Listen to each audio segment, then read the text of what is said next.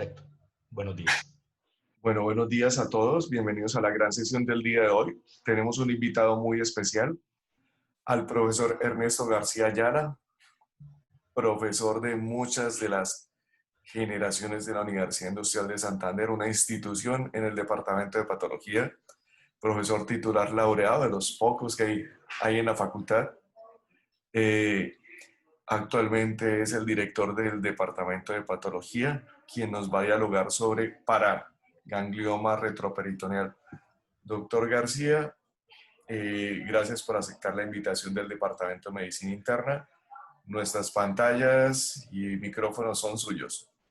Muchísimas gracias, Boris. Muchísimas gracias por sus amables palabras en la presentación. Y sí, ya que lo menciona, en este mes cumplí 32 años de haberme vinculado como profesor de planta de la universidad. Y pues todos sabemos que desde la semana pasada está encargada de la dirección de la Escuela de Medicina la doctora Olguita Álvarez, lo cual pues me complace muchísimo. Y yo alguna vez le dije a Olguita, le estaba contando a Rosendo, la única forma que yo vuelva a ser director de patología es que tú seas directora de escuela o decana de la facultad. Y pues me tocó cumplir mi palabra. Entonces, después de 16 años volví a la jefatura del departamento de patología, lo cual igualmente pues también me complace mucho.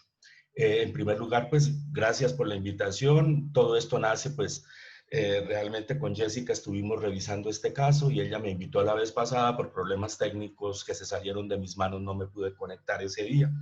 Después Ladi me invitó y pues estamos acá para hacer una revisión justamente de algunos aspectos que me parecen fundamentales de este tipo de neoplasias.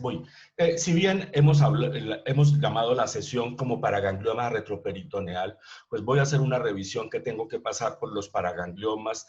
Obviamente tengo que ir de la mano del feocromocitoma y una vez ubicado ya en el retroperitoneo, también tenemos que mirar algunos de las neoplasias más frecuentemente vistas en la cavidad retroperitoneal como tal.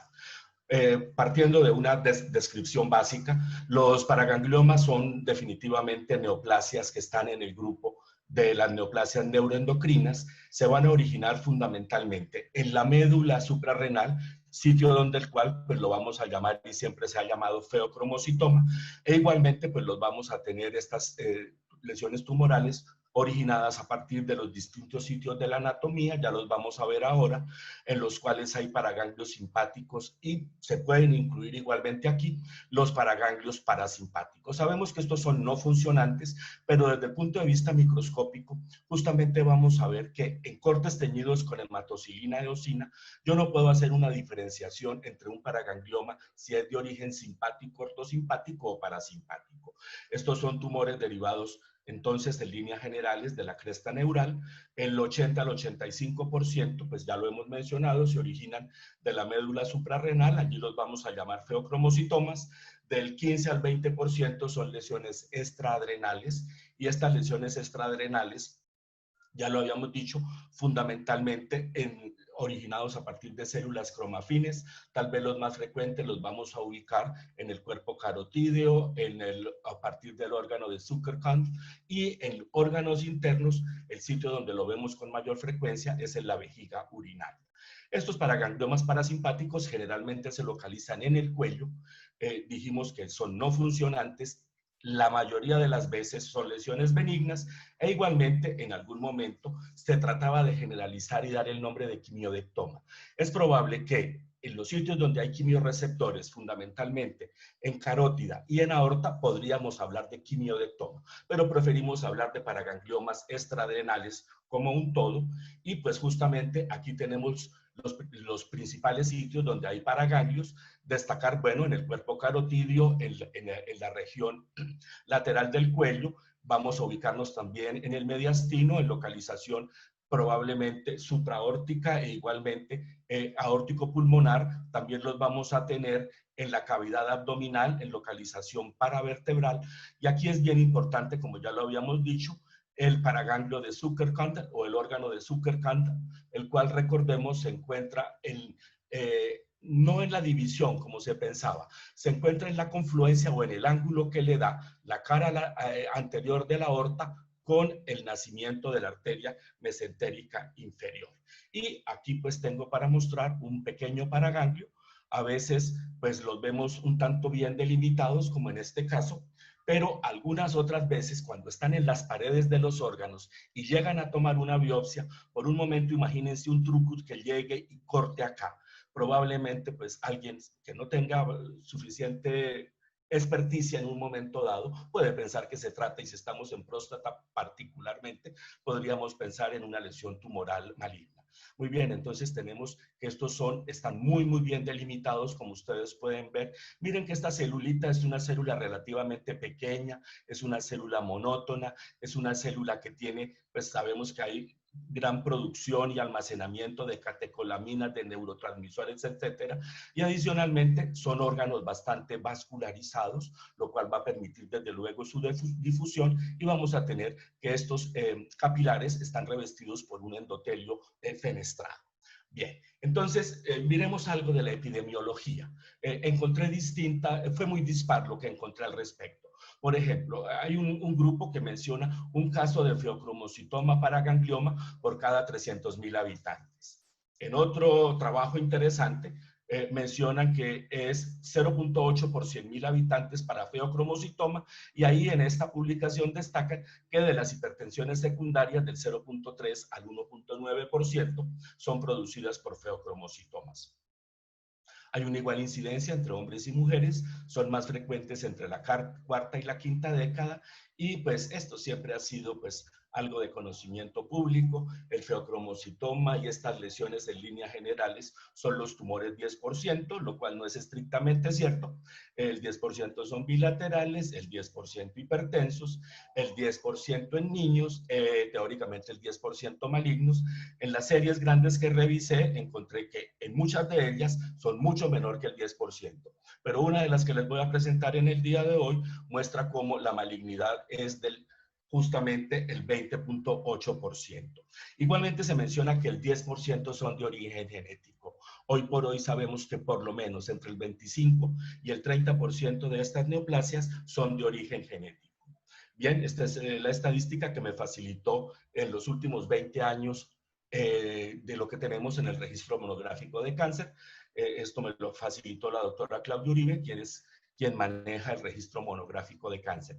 Y miren, esto es área metropolitana de Bucaramanga, porque yo aquí de entrada me doy cuenta que faltan algunos de los casos que yo personalmente he diagnosticado, pero que justamente son pacientes que han venido al tratamiento y al diagnóstico en Bucaramanga, pero no son de acá. Por eso no están incluidos en esta estadística. Como ustedes pueden ver, tenemos este poquito número de casos, de los cuales pues tal vez ustedes reconocen aquí que 2 de ellos fueron categorizados como malignos, y aquí tienen ustedes las presentaciones. Esto es entonces lo que es la estadística nuestra en nuestro registro de cáncer de la ciudad de Bucaramanga.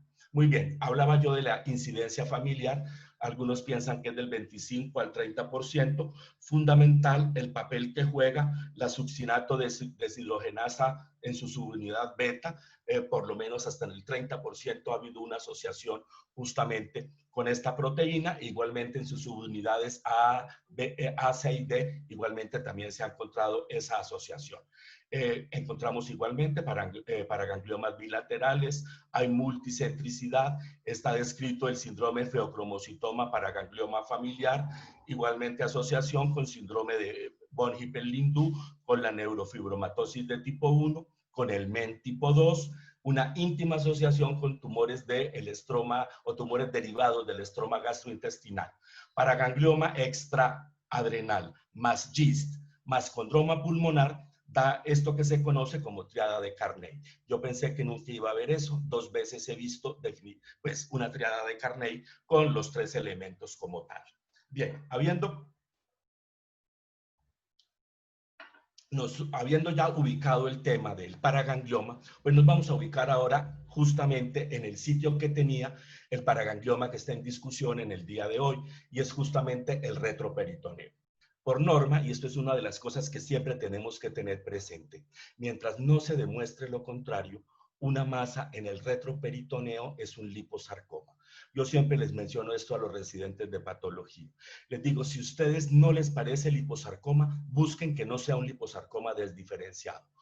Ya les voy a contar ahora exactamente cuál es el porcentaje de estos tumores que los vamos a ubicar en primer lugar entonces en el retroperitoneo.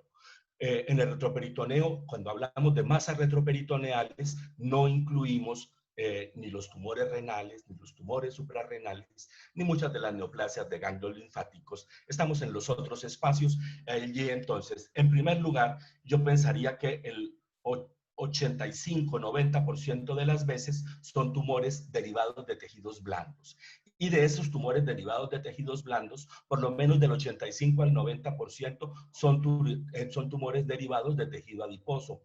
Y de esos tumores, por lo menos el 90% son liposarcomas o aún más. Muy bien, ya vamos a hablar un poco al respecto. En segundo lugar, tenemos los tumores de células germinales. En tercer lugar, tenemos otros tumores primarios y condiciones pseudotumorales. Aquí en este grupo, el primer tumor es el paraganglioma. Muy bien, y finalmente tenemos la posibilidad de las metástasis a este nivel. Muy bien, entonces, cuando nos ubicamos en los tumores de tejidos blandos, estos son los más frecuentes y el primero, ya lo mencioné, es el liposarcoma. El liposarcoma del retroperitoneo es mucho más agresivo acá que el liposarcoma en cualquier otro sitio de la anatomía.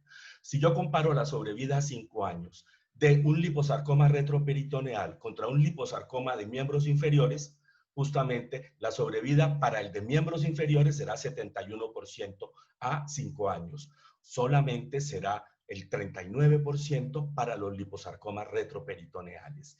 Y si vamos a 10 años, el 4% solamente estarán vivos. Estas son lesiones que tienen dificultades técnicas porque son lesiones que se infiltran el sinnúmero de estructuras vitales que hay justamente en este sitio de la anatomía. Entonces, la gran mayoría, pues, son liposarcomas bien diferenciados histológicamente. De otro lado, pueden haber liposarcomas pleomórficos, sí, es también posible. No es lo habitual que haya lipomas. Sí está descrito y está documentado que podrían haber lipomas, lesiones completamente benignas en el retroperitoneo, pero lo habitual es entonces que haya, generalmente son liposarcomas bien diferenciados, algunas veces en algunas casuísticas los pueden llamar también tumor lipomatoso atípico, liposarcoma-like lipoma, pero en esencia son justamente lesiones bien diferenciadas. Y no olvidar que con frecuencia estos tumores se desdiferencian, se van hacia tumores de células más fusiformes como tal, y podría estar ahora este segundo apartado que vamos a llamar el sarcoma pleomórfico. Hoy día sabemos que la mayoría de las veces a estos tumores que les estábamos diciendo, sarcomas pleomórficos, antiguamente eran los fibrohistiocytomas malignos. Hoy día eso cayó en desuso, no existe como tal ese fibrohistiocytoma maligno. Hablamos de sarcomas pleomórficos y la mayoría de las veces, si uno hace un mapeo exhaustivo, seguramente encuentra una zona de liposarcoma bien diferenciado adyacente a este tumor pleomórfico. Bien, si continuamos, pues estamos en tercer lugar con los leiomiosarcomas, muy agresivo. El leiomiosarcoma en el retroperitoneo es mucho más agresivo que el liposarcoma retroperitoneal. La sobrevida a 2 años es tal vez únicamente del 15% de los pacientes y utilizamos unos criterios bastante parecidos a los que utilizamos para establecer el diagnóstico de leiomiosarcoma en el útero. Es fundamental la necrosis por coagulación tumoral, el alto conteo mitótico y desde el punto de vista clínico y radiológico sospecharlo cuando una gran masa retroperitoneal tenga una franca tendencia a la degeneración quística. Ese es un tip que debe ayudar a pensar que seguramente lo que estamos observando es un leiomiosarcoma. Hay otras lesiones que podemos observar entonces. Podríamos tener el angiomiolipoma renal, la mayoría de las veces lesión benigna, obviamente en cercanía del riñón o de la grasa perirrenal. Igualmente podríamos tener leiomiomas y justo quiero mostrarles acá pues la imagen de un gran liposarcoma, una lesión carnosa multinodular, como ustedes pueden evidenciar, y desde el punto de vista microscópico, por aquí ven grasa, por aquí ven la atipia que se puede presentar en un liposarcoma bien diferenciado y ya acá tenemos la presencia de una lesión bastante pleomórfica, aquí pues vamos a llamar liposarcoma pleomórfico. Vimos ya entonces el primer grupo, el más frecuente, 85% aproximadamente, son tumores de los tejidos blancos. En segundo lugar, tenemos los tumores de células germinales. Estos probablemente los podemos ver en niños. En niños, pues vamos a ver, tenemos cualquier de los tipos de tumores germinales, tal vez los más frecuentes, tumor del seno endodérmico o tumor del saco vitelino, carcinoma embrionario, teratomas maduros e inmaduros. En adultos en edad media, pues también vamos a ver lesiones germinales. En etapa media de la vida son más frecuentes en hombres que en mujeres. Probablemente vamos a tener en primer lugar el seminoma. Lo podemos tener como la diseminación metastásica de un tumor que está en la gónada o como definitivamente da la lesión tumoral que se ubica ya en el retroperitoneo en la línea media. No olvidar que si hay dos tumores que les gusta hacer regresión espontánea, uno sabemos que es el melanoma y dos, esos tumores en el testículo, particularmente estos tumores del seno endodérmico, estos tumores, estos carcinomas embrionarios, con facilidad hacen regresión, son lesiones muy pequeñas y la regresión tumoral se correlaciona con la diseminación metastásica masiva. Entonces, esa es una posibilidad. Y venimos ahora justamente a otros tumores primarios. Habíamos mencionado en primer lugar acá, ahora sí, el paraganglioma. En segundo lugar, pues podemos tener acá también otro tipo de neoplasias neuroendocrinas, los antiguamente llamados tumores carcinoides, que hoy día preferimos llamarlos tumores neuroendocrinos grado 1.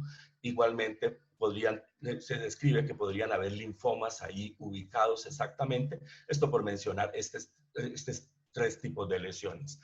Y con relación a las metástasis, estas, podrían ser por extensión directa, particularmente de páncreas, o podrían venir de hueso, principalmente asociados a cordomas sacrococcígeos. Igualmente podríamos tener metástasis provenientes ¿de dónde? Provenientes del páncreas también, del riñón, cuello uterino y endometrio en las mujeres, testículo y próstata en el hombre. Y estas son entonces las posibilidades que nosotros tenemos para cuando estamos estudiando una lesión tumoral en el retroperitoneo. Este que ustedes ven acá es un paraganglioma retroperitoneal. Observan ustedes que se trata de una masa carnosa, generalmente son masas de gran tamaño. Como ustedes pueden ver, es una lesión predominantemente sólida. Acá concretamente hay tendencia a la dilatación pseudoquística y no es improbable que encontremos que esta lesión está definitivamente encapsulada. Una de las particularidades justamente que presentan este tipo de lesiones, feocromocitoma, paraganglioma, es que el único criterio válido de malignidad es la metástasis. Entonces, lo que los grupos se han dedicado es a mirar qué hallazgos justamente deben hacer pensar que este tipo de lesiones se puede malignizar. Si bien la malignidad está en el 10% teóricamente, pues nosotros queremos saber o queremos predecir cuáles de estas lesiones potencialmente podrían tener esa posibilidad de malignización, esa posibilidad de recidiva. Este es un tumor que después que se disemina metastásicamente, hace metástasis a distintos órganos, ya vamos a ver a cuáles. Y por ejemplo, un criterio que para nosotros es muy válido en tumor benigno es la cápsula. La casi totalidad de los malignos también están encapsulados. Entonces vamos a ver que muchos de esos criterios que diferencian benigno-maligno no aplican en este tipo de neoplasias. Ahora les tengo, se parecen, como pueden ver, un feocromocitoma. Alcanzan a ver ustedes por acá el remanente de glándula suprarrenal no comprometida por el tumor. Observan ustedes igualmente esta gran masa multinodular, carnosa, hemorrágica, igual que vimos en la masa que teníamos en el retroperitoneo, hay una tendencia a la dilatación quística y una de las particularidades que presentan estos tumores, y justamente por eso se llama feocromocitoma, feoduscus pardo, cromocolor, color pardo, justamente la cantidad de catecolaminas que pueden tener estas neoplasias justamente hacen que en presencia de dicromato potásico como ustedes pueden ver, después de que se pone en contacto la lesión tumoral, observen, mire, la tonalidad parda, la tonalidad café que adquiere ahora macroscópicamente el tumor. El patrón histológico, la mayoría de las veces, este es el patrón clásico, el patrón descrito como, esto viene del alemán, bola de células, Zellballen, igualmente nosotros lo podríamos traducir como alvéolos, lo podríamos traducir como bolas, lo podríamos traducir justamente como un patrón organoide, pero ustedes seguramente encontrarán en las descripciones histopatológicas que se está observando un patrón, lo ponemos entre comillas, Zellballen. Entonces, a esto es a lo que estamos haciendo referencia. Quiero que partamos de esta imagen en la cual miren ustedes que cada una de estas bolas pues es relativamente homogénea con relación a las vecinas. Observarán ustedes que el tumor tiene esta célula tumoral que la vamos a llamar la célula principal. Miren que ustedes alcanzan a reconocer todavía una cantidad importante de citoplasma en cada una de esas células y cada una de estas estructuras organoides pues están delimitadas por este tejido fibroconectivo en el cual hay presencia de bastantes capilares, y este tejido conectivo se volvió muy importante. Este tejido conectivo vamos a ver que tiñe con S100. Entre más cantidad de S100 tenga el tumor, esto quiere decir que va a tener un comportamiento más benigno. Ya lo vamos a ver ahora cómo entonces la cantidad de proteína S100 que tiene el tumor la graduamos de 1 a 3. 3 es lo máximo. Entonces, si el tumor tiene 3 de proteína S100, seguramente va a tener un comportamiento benigno y me está diciendo que arquitecturalmente conserva este patrón Zellballen. Muy bien, aquí hemos hecho un acercamiento. Quiero que miremos la célula. La célula tumoral es una célula descrita como de tamaño intermedio, el citoplasma abundante, globuloso, algunas veces basofílico, otras veces más anfofílico, puede haber algo de cantidad de grasa. El núcleo es un núcleo entre redondeado y oval. Podrían haber pseudoinclusiones nucleares, podrían haber algunos glóbulos hialinos intracitoplasmáticos. Por acá, entonces, tenemos que está la segunda población en el tejido conectivo. A esa segunda población, que es la que pinta con S100, las vamos a llamar células sustentaculares, y tal vez para mencionar que algunas veces puede haber proliferación importante de este tejido fibroso, otras veces, tal vez si ustedes miran ahora esta imagen, probablemente pues ya no están reconociendo también ese tejido conectivo. Seguramente si yo le hago la proteína S100 a esta imagen como tal, voy a encontrar que está notablemente disminuida, y ese es un criterio que me va a favorecer que probablemente este paciente no va a tener un comportamiento tan tranquilo como la mayoría de las veces sucede en este tipo de tumores.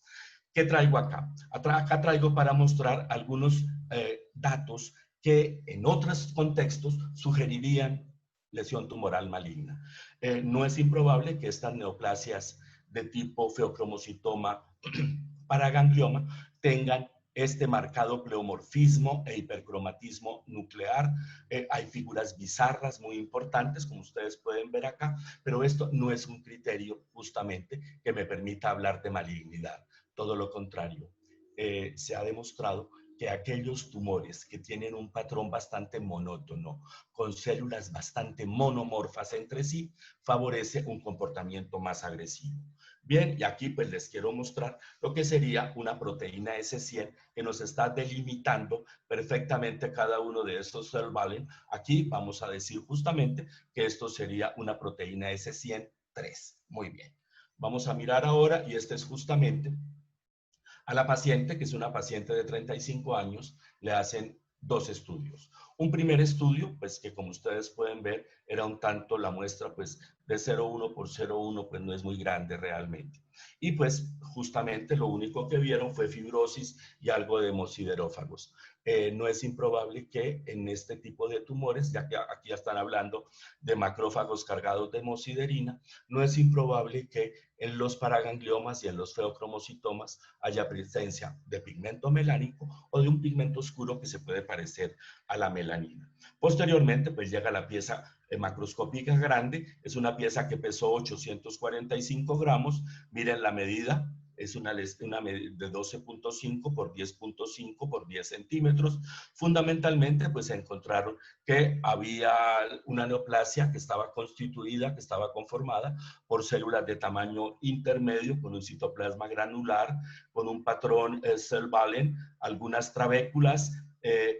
Importante, encontraron 7 figuras mitóticas en 10 campos de alto poder. Esto ya es alto o es muy alto para este tipo de neoplasias. Adicionalmente, pues había evidencia de un estroma fibroso. No es improbable que muchas veces estos tumores tengan áreas con marcada fibrosis, áreas con marcada reacción desmoplásica, áreas en las cuales hay además depósitos de amiloide y calcificación.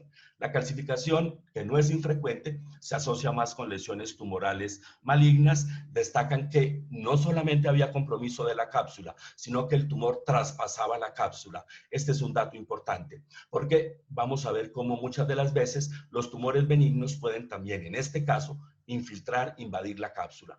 Pero que lleguen hasta el otro lado, sí, fundamentalmente es un criterio que favorece que definitivamente la lesión va a tener un compromiso tumoral maligno. No invasión de perineuros, no invasión linfática, no invasión sanguínea. ¿Qué más encontraron? Encontraron ahora a la inmunohistoquímica, qué marcadores se hicieron. El marcador más importante que nosotros podemos hacer en este tipo de tumores es la cromogranina, fundamentalmente la cromogranina A. La cromogranina A es citoplasmática, es abundante. También le podemos hacer sinaptofisina, pensando en marcadores neuroendocrinos. También la sinaptofisina en este caso fue intensamente positiva. La enolasa neuronal específica también puede ser positiva en estos tumores. El CD56 fue también positivo. Estos son tumores, los paragangliomas, que son negativos para queratinas. Ojo, cuando estamos pensando en feocromocitoma, hasta una tercera parte de los feocromocitomas son positivos para queratinas, marcador de epitelio como tal. Y esto puede complicar en un momento dado el diagnóstico diferencial en feocromocitoma. Los paragangliomas sí, tal vez con la excepción de los paragangliomas sacrococcígeos, son negativos para queratinas, como en este caso, son negativos para antígeno epitelial de membrana. Este fue negativo para... También fue negativo para otro tipo de marcadores, principalmente aquí lo tenemos, el P63, la actina de músculo liso y el CD34.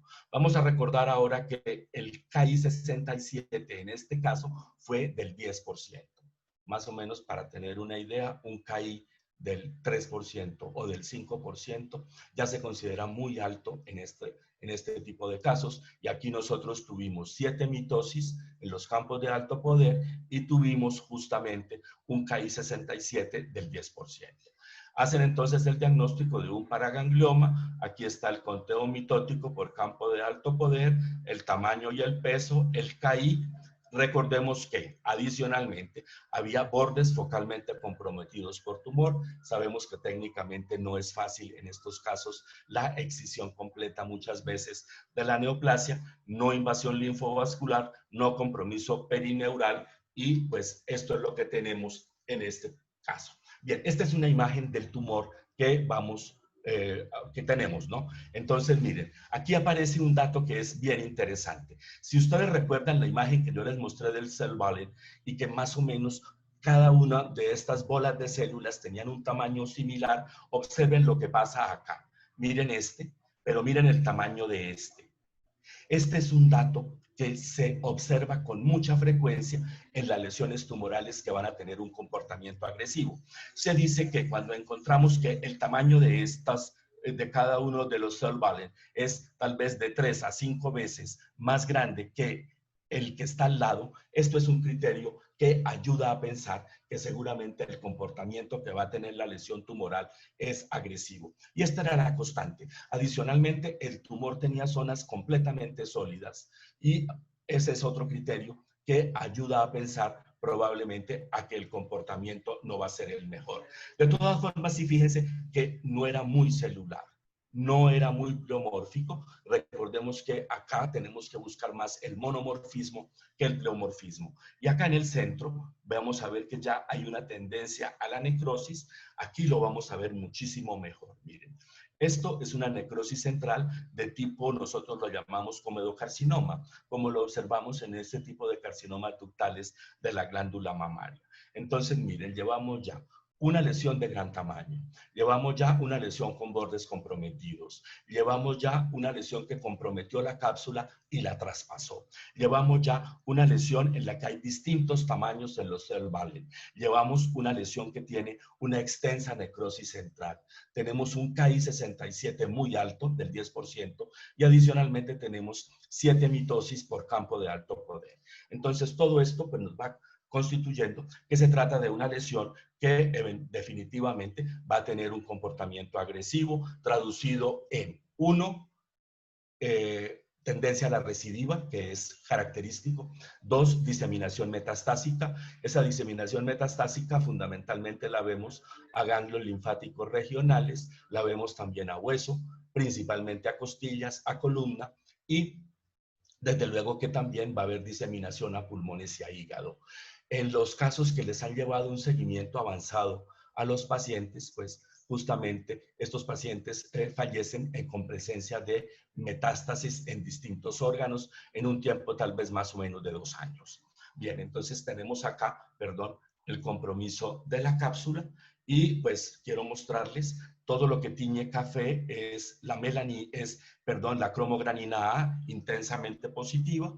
Lo ven acá también, la sinactofisina también fue muy, muy positiva. Aquí pues las dos.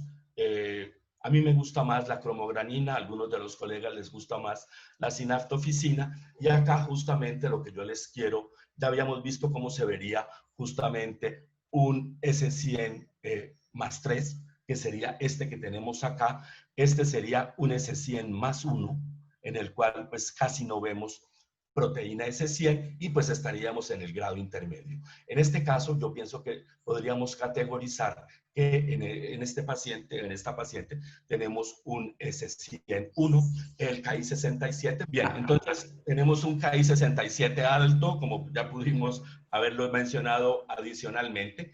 En este caso, pues la vimentina fue positiva, que podría estar positiva. Este CD56 positivo, que es un marcador también neuroendocrino, a mí me parece interesante. Encontré datos que no coinciden exactamente. Para algunos, la alta positividad del CD56 se asocia más con lesiones tumorales malignas. En otros grupos encontraron indistintamente positividad en las lesiones benignas y en las lesiones malignas. Aquí está todo el panel que se le hizo a la paciente, encontrando pues negatividad. Queríamos o se quería estar completamente seguro que no se trataba de una lesión de origen epitelial. El melana igualmente fue negativo y el KI67 alto. Otros marcadores que pueden ser positivos de los que tenemos a nuestro alcance, la enolasa, la galanina, la serotonina, somatostatina y los neurofilamentos. Ok, entonces ya hemos mencionado de las principales alteraciones en la línea germinal, fundamental el CDHB, la succinato deshidrogenasa en su subunidad beta, y aquí están las principales pérdidas de los cromosomas que han sido descritas. Tanto en el paraganglio como en la microscopía electrónica de este tipo de tumores, pues vamos a encontrar la presencia de gran cantidad de gránulos neurosecretorios, de núcleo denso. Es probable que encontremos megamitocondrias. Esto es tal vez de los hallazgos más característicos que vamos a ver en la célula principal y están íntimamente asociadas con el endotelio que está adyacente. Entonces, es bastante característica la microscopía electrónica y si desde ahorita, si les pregunto, como habitualmente pregunto, órgano y lesión, seguramente pues ustedes están pensando que por aquí hay un ganglio linfático y que justamente acá pues lo que tenemos nosotros es la metástasis de un paraganglioma. Entonces, los ganglios linfáticos regionales son el primer sitio en el cual nosotros podemos encontrar metástasis en este tipo de tumores. Ahora, cuando más tarde o al final discutamos un poco sobre el caso, entiendo que debían haber algunas adenopatías adyacentes. Bien, entonces, ¿cómo clasificar, cómo medir justamente qué le va a pasar a este tipo de tumores. Entonces, este es el primer score que aparece, el cual pues inicialmente fue utilizado para feocromocitoma, posteriormente fue extrapolado al paraganglioma. Aquí tienen ustedes algunos criterios. Fíjense ustedes que son fundamentalmente criterios histológicos. Más de 4 se consideraba que esto favorecía que íbamos a tener una lesión tumoral maligna. Aquí estamos trabajando sobre un total de 20 puntos. La paciente de nosotros pues tiene una hipercromacía nuclear, tiene invasión de la cápsula, tiene más de 3 mitosis por campo de alto poder, tiene una tendencia a la monotonía celular, tiene probablemente necrosis, como ustedes la pudieron ver, y desde luego que tiene nidos grandes. Estos son criterios que favorecen, si ustedes suman da 2, 4, 6, 8, 9, 10 puntos. Entonces, esto nos está hablando además de un KI67 alto. Miren que justamente se utiliza más del 3%. El KI67 de esta paciente es del 10%. Muy bien, entonces este es el trabajo original. Definitivamente este es un trabajo muy, muy bueno, el trabajo que hace el doctor Lester. Esta publicación es del año 2002, está en el American Journal de Patología. Como ustedes pueden ver, justamente, pues este trabajo fue desarrollado en conjunto con el Instituto de Fuerzas Armadas de los Estados Unidos. Ellos son quienes tienen la casuística más grande de feocromocitomas. Entre 1970 y 1997 tuvieron 777 casos para incluir en el estudio que permitió finalmente traer este score, que es el que ustedes justamente tienen acá, fue el mismo que vimos en la diapositiva anterior y que en la paciente de nosotros dio 10. Se habla que justamente los tumores que tienen un verdadero potencial maligno tienen mayor o igual a 4 puntos. En este caso tuvimos 10 puntos, nuevamente aquí lo tengo. Ellos en este trabajo destacan como un dato bien importante, aquí está la cápsula. Si el tumor pasa al otro lado de la cápsula, por aquí viene la tinta china, ese es un criterio morfológico que ayuda bastante. Aquí pues ellos dicen, mire, partamos de la base justamente cómo deben ustedes interpretar una cromogranina anormal y cómo deben ustedes evidenciar ahora en las células sustentaculares la positividad para la proteína S100. Bien, entonces acá justamente, pues, ¿qué datos? Tal vez, lo que quiero tal vez mostrar acá inicialmente es cómo justamente algunos datos como la encapsulación, la invasión vascular, la invasión capsular, la podemos ver tanto en lesiones benignas como lesiones malignas. ¿Cuáles datos ayudan bastante? Por ejemplo, la monotonía celular y la necrosis, pues no la vamos a ver en lesiones tumorales benignas. Este es entonces un dato que ayuda bastante. Por el otro lado, pues justamente si nos vamos al espectro de las lesiones malignas, pues vamos a tener justamente que acá sí es un dato que es consistente en la mayoría de los pacientes. Igualmente, pues la presencia de calcificaciones no la vamos a tener por acá, la evidencia de patrón sólido, la evidencia de células fusiformes, pues justamente no las vamos a tener en las lesiones benignas. No quiero entrar a detallar cada uno de estos porque tengo como 5 o 6 artículos de estos para que nosotros los podamos observar. Hasta el año 2016 no aparece esta publicación en la cual se está haciendo pues la estratificación de riesgo para las lesiones, y aquí justamente lo que se tomó la clasificación original del PAS y a esto se le agregaron algunos marcadores de inmunistoquímica básica. Este es un artículo del año 2016 hecho en la India. Justamente, entonces, lo que siempre se había mencionado, la presencia de metástasis era el único criterio plenamente establecido de malignidad en el paraganglioma. En esta nueva estratificación vamos a combinar el PAS justamente con 4 marcadores básicos que están a la mano de cualquier laboratorio de patología: sinaftofisina, cromogranina, S100 y KI67. Aquí pues hago un barrido rápido pues, de los criterios principales macroscópicos. Como les cuento, destacan muy importante el traspaso de la cápsula de la lesión. Aquí tienen ustedes la positividad de la cromogranina, la sinaptofisina, un S100 que no está tiñendo mucho y un Ki-67 relativamente alto. Y en la imagen de abajo, pues nos dejan el estándar de cómo interpretar un S101 contra un S103. Entre más bajo sea el S100, mayor la probabilidad o la tendencia a el comportamiento agresivo, que es lo que pasa con la paciente entonces que nosotros teníamos. Aquí nuevamente, pues, ¿cuál fue el análisis final? Ellos cambiaron un poco. Menos de 4 benigno, más de 6 definitivamente maligno, y de 4 a 6 esperamos un comportamiento expectante, un comportamiento intermedio.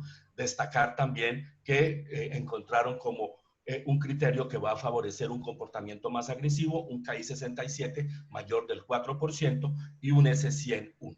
Bien, entonces, esta es un trabajo, este es de los artículos que más me gustó.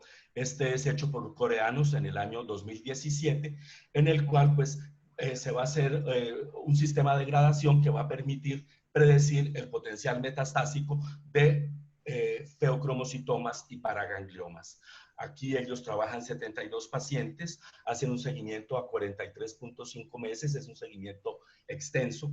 Ellos encontraron que de los 72 pacientes, en 15 había una lesión o se comportaron o se pudo establecer que definitivamente sí había metástasis. En consecuencia, pues la malignidad para ellos es del 20.8%, mucho mayor del 10%, que hemos hablado siempre. Involucra variables no solamente histopatológicas y de inmunistoquímica, sino que hacen unas mediciones de algunas catecolaminas.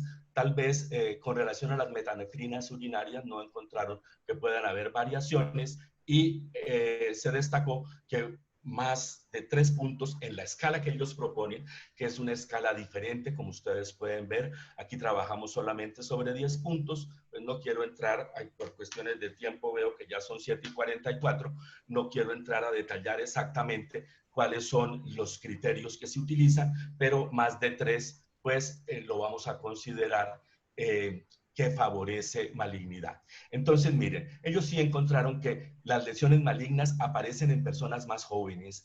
Eso, en este caso, fueron un poco más frecuentes en mujeres, y algo que es interesante, se encontró que había una disminución de una enzima mitocondrial que ya la hemos mencionado, que es la succinato deshidrogenasa.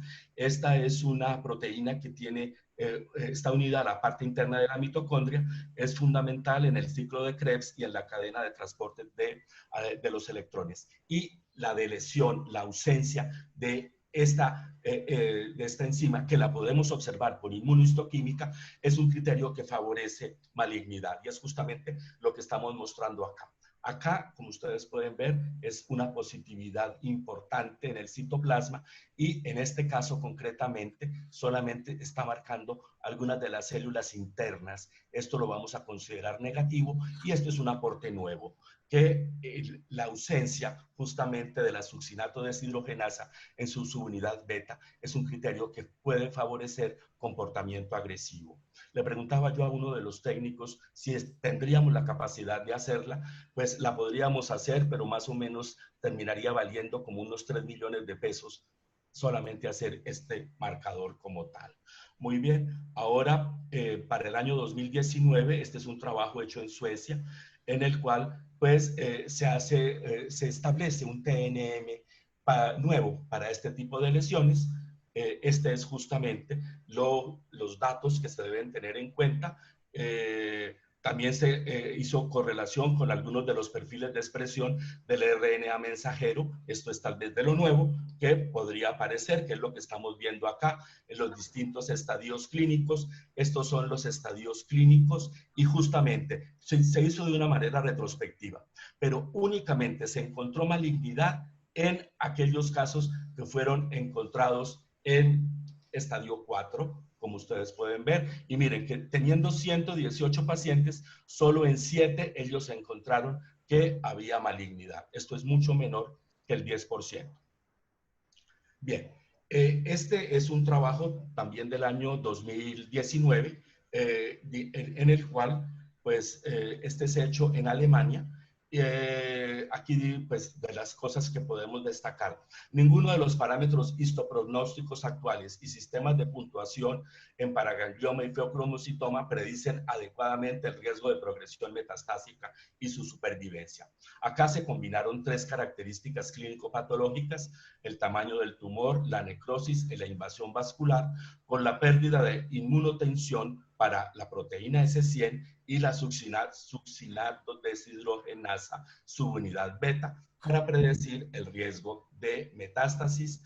Acá tal vez están pues los valores, los que están subrayados, fueron los que tuvieron las P's más significativas, son bastantes como ustedes pueden ver. Y pues nuevamente vemos sobre pues los datos más importantes que se destacan justamente acá.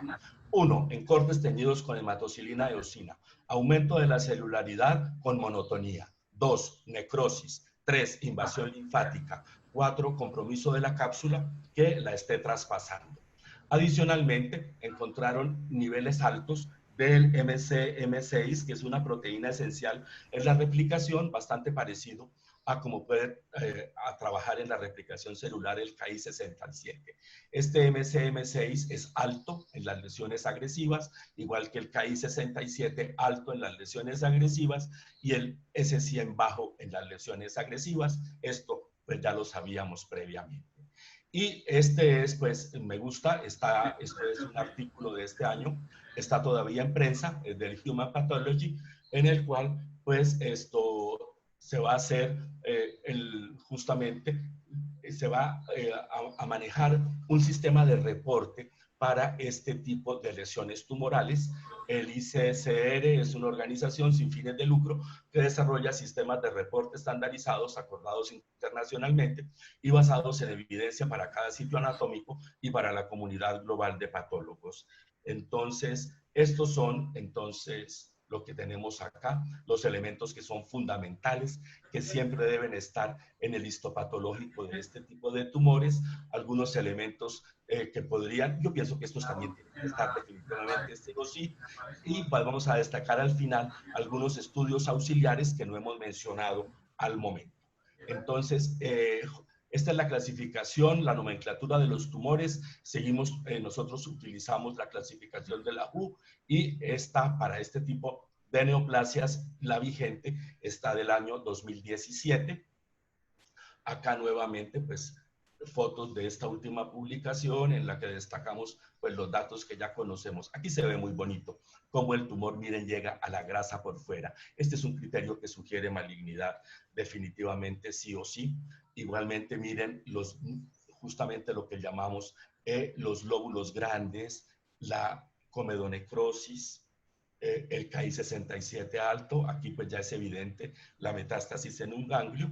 Y podríamos igualmente tener algunos elementos auxiliares. El INSM1, insulinoma asociado a proteína 1, es un marcador neuroendocrino, es similar a la cromogranina, es bastante útil.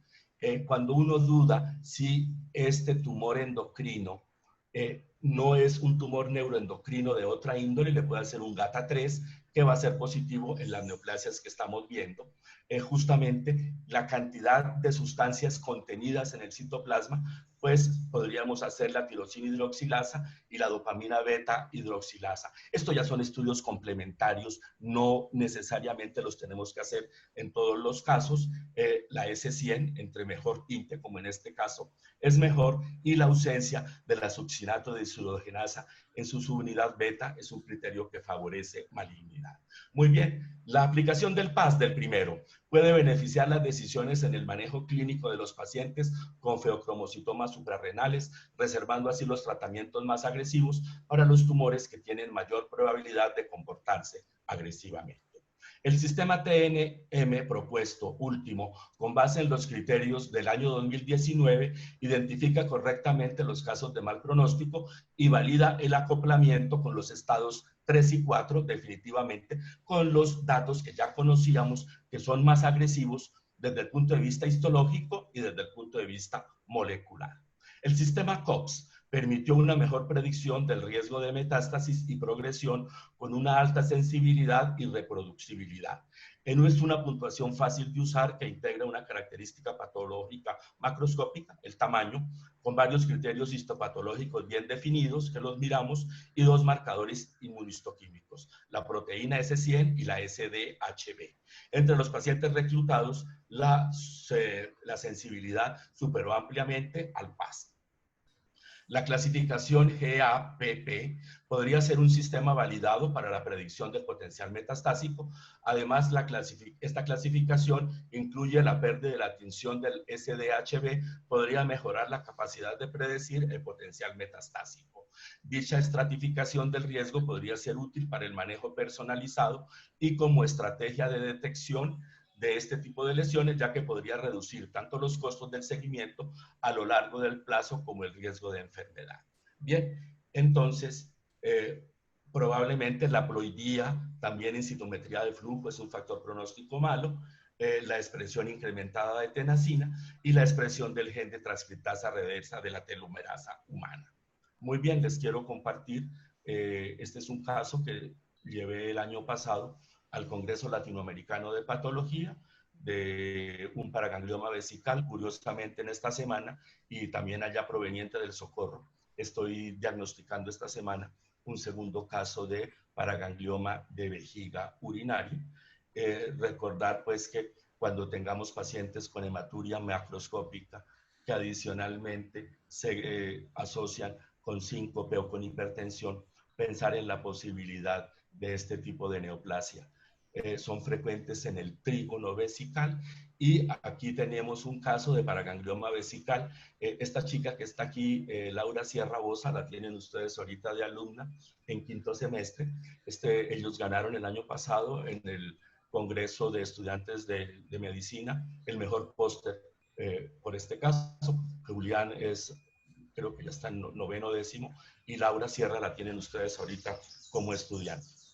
Y pues yo pienso que para resumir finalmente, pues nosotros qué tenemos en este caso, cuáles son los factores de mal pronóstico. Uno, es una paciente joven, más joven de lo habitual, es una lesión de gran tamaño, 12.5 centímetros de diámetro, tiene la historia clínica de recidiva, tiene la historia de bordes comprometidos, tiene una invasión positiva de la cápsula, hay nidos grandes, hay necrosis central, hay monotonía celular, hay hipercromatismo nuclear, hay 7 mitosis por campo de alto poder, un KI67 del 10%, un S100 en 1 y un CD56 muy positivo. Entonces yo pienso que justamente, pues esta es una paciente, pues que esperamos seguramente que vaya a tener y vaya a seguir teniendo un comportamiento agresivo.